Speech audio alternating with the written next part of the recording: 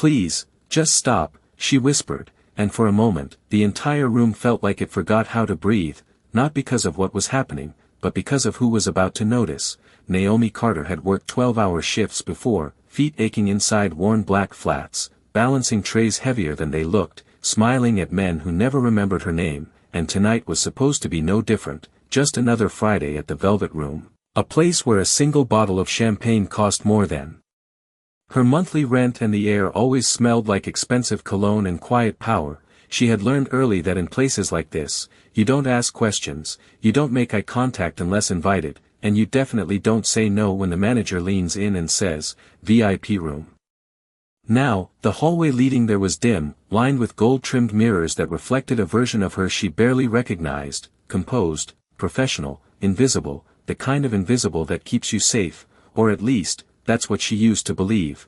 Earlier that night, she had noticed him, just once, sitting alone at the far end of the bar, a man in a simple dark suit, no flashy watch, no loud laughter, just stillness, the kind that didn't belong in a place built on noise. He didn't look at anyone, didn't try to be seen, and yet somehow, the bartenders moved a little faster around him, the security at the door checked their earpieces twice when he walked in, subtle things, the kind most people would miss, but Naomi had learned to read rooms like her life depended on it, because sometimes, it did. Still, she didn't think about him again when the call came. When the manager's voice dropped half an octave and his smile didn't quite reach his eyes, "Table in VIP wants you specifically," he said, and that was enough to make her stomach tighten, because requests like that never meant anything good. The door to the VIP room closed with a soft click behind her, sealing off the music, the laughter, the illusion of safety, and the temperature seemed to drop a few degrees even though the air conditioner hadn't changed.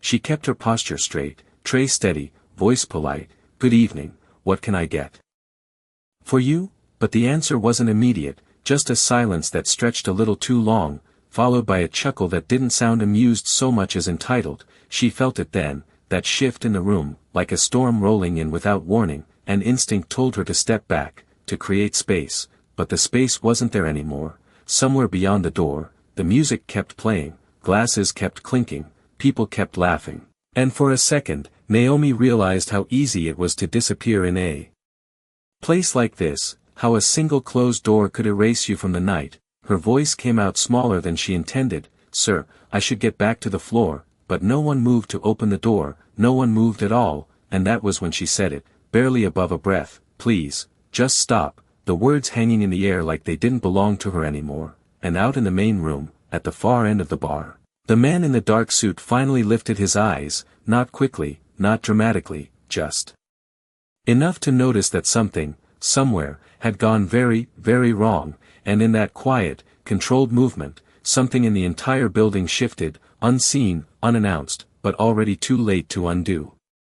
The man at the bar did not rush, did not turn his head sharply, did not even set his glass down right away, and yet something about the way his fingers paused mid-air made the bartender miss a pour and the music feel just a little too loud. Vincent Moretti had been sitting there for 43 minutes, long enough to understand the rhythm of the room, who mattered, who pretended to matter, and who was invisible. And Naomi Carter had been invisible until the moment she was not. He did not need to hear everything from behind a closed door to know the tone had shifted, because places like this always followed the same pattern: power testing limits, silence protecting it, and everyone else pretending not to notice. He lifted his glass, took a slow sip, and looked toward the hallway that led to the VIP rooms, not with urgency, but with recognition. Like a man who had seen this exact moment play out more times than he cared to count, the bartender leaned in slightly, voice lower than before.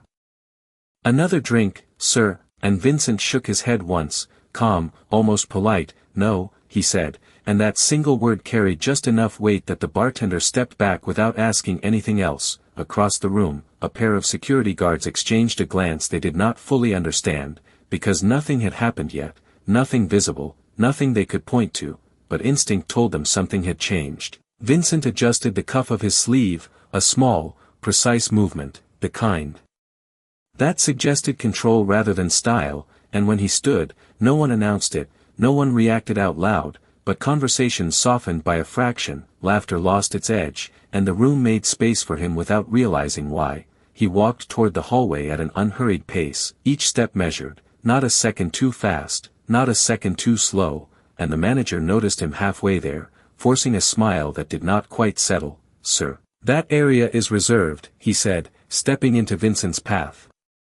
With practiced confidence, the kind built on dealing with people who usually back down, Vincent stopped, not close enough to crowd him, not far enough to ignore him, and for a brief moment, neither of them spoke. The manager cleared his throat, trying again, "If you need anything, I can have someone bring it to your table," and Vincent's eyes met his, steady, unreadable. "Open the door," he said, not louder than before, not sharper, just certain. The manager hesitated, because in his world, hesitation was dangerous, but so was refusing the wrong person, and he could not quite place why this man felt wrong in a way he could not define. "Sir, I cannot do that," he replied, choosing policy over instinct, and for a second Vincent said nothing, just looked at him, the silence stretching long enough for doubt to creep in.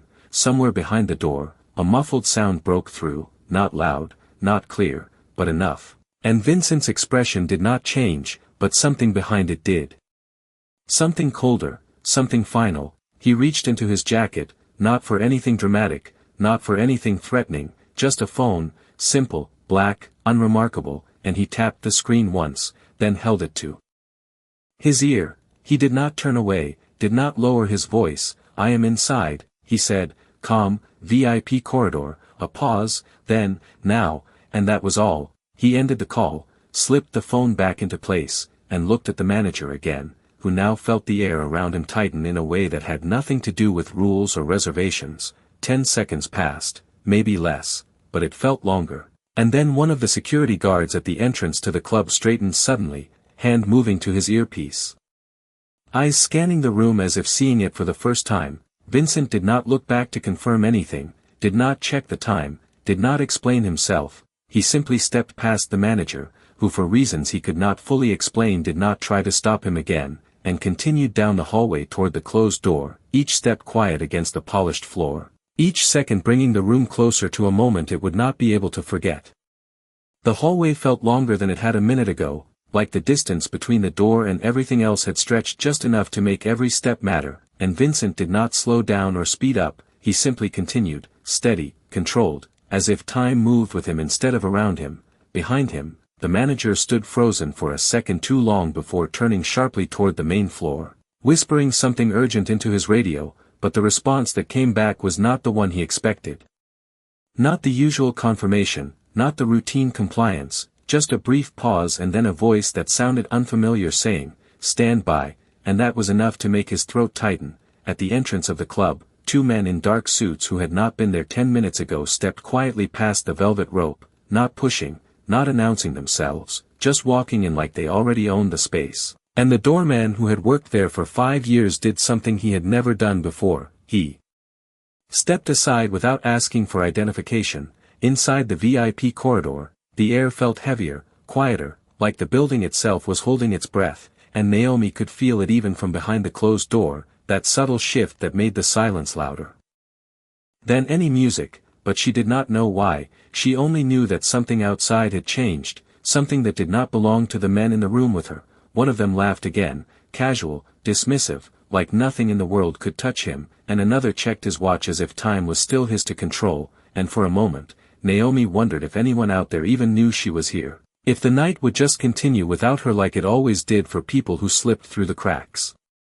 Then there was a sound, not loud, not dramatic, just the faintest click from the hallway, followed by a second one further away, like doors opening and closing in a sequence too precise to be random. Vincent reached the end of the corridor and stopped in front of the VIP door, not immediately touching the handle, not knocking, just standing there for a breath, his reflection faint in the polished surface beside it, and behind him. Footsteps approached, measured, synchronized, not rushed but undeniably purposeful. He did not turn to look, he did not need to, because he already knew they were there. One of the men stopped a few feet back and spoke quietly, "We are in position," and Vincent gave the smallest nod, barely noticeable, but enough. Somewhere in the main room, the music cut out for half a second before resuming at a lower volume, and conversations dipped into confusion. People glancing around without understanding why the atmosphere felt different.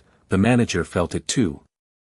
Now, standing near the bar, watching as more unfamiliar faces appeared at the edges of the room, blending in but not quite belonging, and for the first time that night, he realized this was no longer something he could manage, no longer something money or policy could smooth over. Back at the door, Vincent finally reached for the handle, his hand steady, unhurried, and for a brief second, everything seemed to align around that single point, the hallway, the room behind the door, the entire club. Holding its place in a fragile balance, inside, Naomi heard it, the subtle movement of the handle, and her breath caught, not because she knew who was coming, but because something in that sound felt different. From anything that had happened so far, quieter, but stronger, like the moment before a storm breaks, when the air changes and nothing can go back to the way it was before, and without raising his voice, without any sign of tension, Vincent turned the handle and began to open the door. The door did not swing open fast, it moved slowly, deliberately, like it understood that whatever waited on the other side was about to change direction, and when the gap widened enough, the first thing that entered was not Vincent himself, but silence, a kind of silence that did not belong in a room like this. Naomi saw it before she saw him, that shift in the air, the way the men inside paused mid-sentence, mid-motion, as if something unseen had just interrupted their certainty. Then Vincent stepped in, one hand still on the door, posture relaxed, expression unreadable, like a man who had walked into 100 rooms just like this and never once needed to raise his voice. No one spoke at first, because the interruption did not make sense, not in a place where access was controlled and power was assumed, and one of the men leaned back slightly, eyes narrowing, trying to place him, trying to understand why someone like this would walk in uninvited. Vincent did not look at them right away, his attention moving first to Naomi, just a brief glance, enough to register her position, her expression, the tension in her shoulders, and in that single moment, something in his gaze settled, not softer, not emotional, just decided. Then he turned his focus to the rest of the room, calm, steady, and said, "She is leaving," not loud, not aggressive, just clear. The words landed differently than expected, not like a request, not like a challenge, more like a fact that had already been accepted somewhere else. A short laugh broke the pause, one of the men shaking his head. "You must be lost," he said, tone light but edged. "This is a private room," and another added, "You do not walk in here and start giving instructions," their confidence returning in small increments, built on years of never being questioned. Vincent listened without interrupting, without reacting, just standing there as if time was not a factor, as if their words did not change anything. Naomi felt it then, the contrast, the difference between noise and control, between men who needed to speak and a man who did not. One of them gestured toward the door, impatience creeping in. "Close it behind you and leave," he said, voice firmer now, expecting compliance, expecting the same outcome he had always received. Vincent did not move, did not step back, did not even shift his weight, he simply repeated himself, "She is leaving," and this time there was something underneath it, not anger, not threat, just certainty, like a line drawn that no one else in the room could see yet. The man nearest to Naomi glanced toward her, then back at Vincent, irritation replacing amusement. "Do you know who you are talking to?" he asked, and Vincent's answer came without hesitation, "Yes," a single word, quiet, precise, final. Outside the room, footsteps stopped just short of the door, unseen but present, and somewhere deeper in the building. Systems adjusted, lights dimmed by a fraction, music lowering again, subtle changes that no one inside the room could fully register but all of them could feel. Naomi's fingers tightened around the edge of the table, her breathing still uneven, but her eyes now fixed on Vincent, because for the first time since she walked into that room, something did not feel one-sided anymore. The man who had been speaking exhaled sharply, as if deciding how far to push, then leaned forward slightly. "You have no idea what kind of trouble you are stepping into," he said, and Vincent's expression did not change, not even slightly. "You are right," he replied, his voice as calm as before, "You do not," and for the first time since the door opened, the room did not feel controlled by the men who had claimed it, it felt like it belonged to someone else entirely.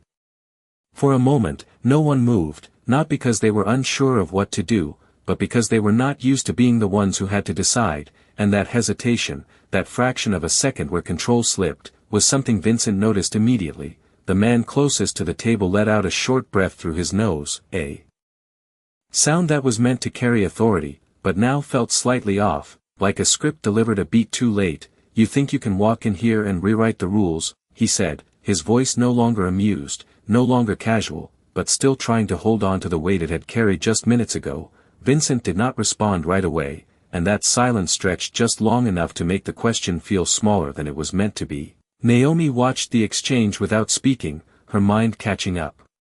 Slowly, trying to understand why the room felt different, why the same men who had filled the space with certainty now seemed to be checking each other without realizing it. One of them reached for his phone, a subtle movement, practiced, the kind that usually meant someone else would step in, someone higher, someone who could restore order, but the screen lit up and then dimmed again, no signal, no connection, and the man frowned, tapping it once more as if the problem could be fixed with impatience. Vincent noticed that too, but his expression did not change, not even slightly, as if the outcome had never been in question. Outside, the hallway remained quiet, but not empty, the presence there steady, controlled, waiting, and inside the room, the balance continued to shift in ways that were difficult to name but impossible to ignore. "This ends now," Vincent said, his tone the same as before, calm, even. But this time there was something final in it, something that did not invite negotiation. The man at the head of the table leaned back, studying him more carefully now, trying to place the confidence, trying to understand where it came from, because confidence without backing was easy to break, and yet this did not feel like that. "You still have not answered the question," he said slowly. "Do you know who you are dealing with?" And Vincent met his gaze without hesitation. "I do," he replied. "That is why I am here," and those words landed heavier than anything said before, because they removed the last assumption, the idea that this was a mistake, that this was ignorance, that this could be corrected. Naomi felt her breathing steady just slightly, not because the situation was resolved, but because for the first time, it felt like someone in the room was not reacting, not adjusting, not trying to catch up, but leading, quietly, without effort. One of the men stood up halfway, then stopped, as if realizing that standing did not change anything anymore, and that realization showed, just for a second, in the way his shoulders shifted. The air in the room felt tighter now, not louder, not chaotic, just compressed, like everything had narrowed down to a single outcome that had already been decided somewhere outside their reach. Vincent took one step forward, not aggressive, not rushed, just enough to close the distance between intention and action, and when he spoke again, it was softer than before, almost conversational. "You are finished here," he said, and this time, no one laughed, no one interrupted, because something in the room had already accepted it, even if no one was ready to say it out loud. The words settled into the room like a final note that no one could ignore, and for a brief second, it felt as if everything might still return to the way it was, as if someone would laugh, dismiss it, reassert control, but that moment passed without anyone stepping forward to claim it. The man at the head of the table shifted in his seat, slower this time, his confidence no longer automatic but calculated, as if he was weighing something he had never needed to consider before. "You are making a mistake," he said, each word measured, trying to reclaim ground that had already begun to slip. Vincent did not argue, did not counter, he simply stood there, the same quiet presence, the same steady gaze, and in that stillness, the imbalance became clearer, because one side was speaking to maintain power, and the other did not need to speak at all. Naomi felt it more than she understood it. The way the tension in her chest eased just slightly, not because she felt safe yet, but because the certainty in the room was no longer one-sided. One of the men tried again, forcing a smirk that did not quite hold. "You walk in here, you talk like this, and you expect us to just what, leave?" he said, but even as the words came out, they lacked the certainty they once carried. Vincent glanced toward him briefly, not dismissive, not confrontational, just acknowledging, and then his attention returned to the man at the head of the table, because that was where the real decision had always been. Outside the room, a soft knock sounded once, not loud, not urgent, just precise, and the door behind Vincent opened slightly wider without him turning, as if it had been waiting for that exact moment. A man in a dark suit stepped just inside the threshold, posture straight, expression neutral, and spoke quietly. "Everything is set," and then he stopped, saying nothing more, needing no further instruction. The words did not carry volume, but they carried weight, the kind that shifted understanding rather than noise. The man at the table frowned, glancing toward the door, then back at Vincent, trying to connect something that was not yet clear. "What is this?" he asked. And for the first time, there was a trace of something new in his voice, not fear, not yet, but the absence of certainty. Vincent answered simply, "It is over," and that answer did not explain anything, but it explained enough. Another phone lit up on the table, then another, screens glowing in the dim light, not with calls coming in, but with messages, one after another, too fast to ignore, and the men who had ignored everything else now looked down. Their attention pulled away from the room they had controlled moments ago.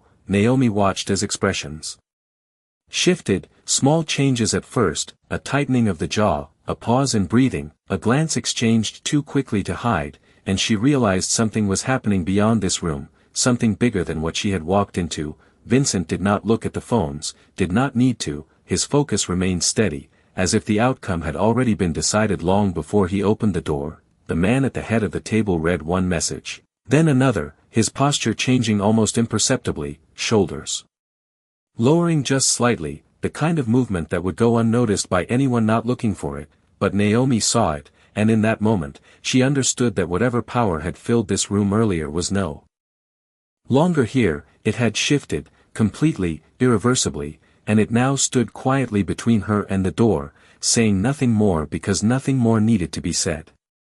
The glow from the phone screens did not fade, it intensified, message after message stacking faster than anyone in the room could process, and for the first time, the men who had controlled every conversation just minutes ago were no longer looking at Vincent, they were looking down, reading, rereading, trying to understand what had changed outside the walls they thought protected them. One of them swallowed, his thumb hovering over the screen as if he could scroll past whatever he did not want to see, but the information did not stop, it only grew heavier, more precise, more undeniable. The man at the head of the table exhaled slowly, his earlier confidence now replaced by something quieter, something tighter, not panic, not yet, but the realization that whatever system he relied on was no longer responding the way it should. "This is not possible," he said, more to himself than anyone else. Eyes fixed on the screen in front of him, and for the first time, his voice did not carry authority, it carried doubt. Vincent remained exactly where he was, not watching the reactions,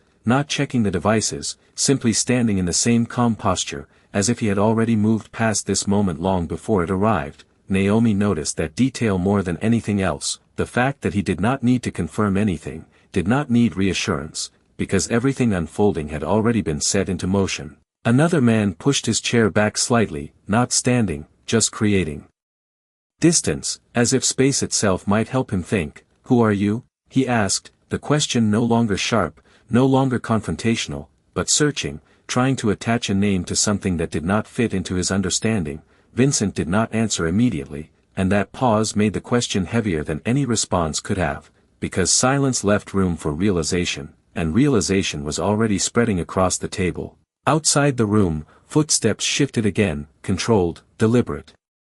And the man standing near the door took one step forward, not entering fully, just enough to be seen, enough to remind everyone inside that the room was no longer isolated, that whatever happened here was now part of something larger. The man at the head of the table finally looked up from his phone, his expression changed in a way that was small but undeniable, the kind of change that comes when a person understands they are no longer the one setting terms. "You should have said something," he said, the words quiet, almost measured, as if speaking differently might somehow restore the balance, but Vincent's reply came without hesitation, "You were already told," and that answer landed with a clarity that did not need explanation. Naomi felt the shift completely now, not just in the room, but in herself, the tension that had held her in place beginning to loosen, replaced by something unfamiliar but steady. The understanding that the outcome had already moved beyond negotiation. One of the phones buzzed again, louder this time. And the man holding it looked down quickly, his jaw tightening as he read, then glanced toward the others, a silent exchange passing between them, the kind that did not need words to communicate what had been lost. Vincent finally moved again, not toward them, not aggressively, but just enough to stand between Naomi and the table, creating a line that did not exist before, and when he spoke, his voice was as calm as it had been from the beginning. "You are done here," he said, and this time, no one challenged it, because somewhere between the first message and the last, the room had already accepted that it was true. No one reached for the door, not immediately, because leaving would mean accepting something none of them were ready to admit, and for a few long seconds, the room held that fragile illusion that maybe this could still be undone, maybe a call could be made, maybe a name could be used, but every second that passed without that happening only made the truth heavier. The man at the head of the table placed his phone down slowly, not because he was done reading, but because he had already read enough, and when he looked up again, the shift in his expression was complete. Not dramatic, not loud, just different, like a man recalculating a situation he no longer controlled. "This is unnecessary," he said, choosing his words carefully now, no longer pushing, no longer testing, but trying to contain what was already spilling beyond the room. "We can resolve this," and the offer sounded smaller than it was meant to be, because resolution implied equal ground, and that no longer existed. Vincent did not step closer, did not lean in, did not acknowledge the offer with anything more than a steady gaze. "It is already resolved," he replied, and there was no room in his voice for negotiation, no edge, no force, just a conclusion that had been reached long before anyone else realized it. Naomi stood still for a moment, her hands no longer trembling the way they had before, her breathing finding a rhythm again, and when she looked at Vincent, she did not see someone reacting to a situation. She saw someone who had never been part of it in the first place, someone operating on a level the rest of the room had only just begun to understand.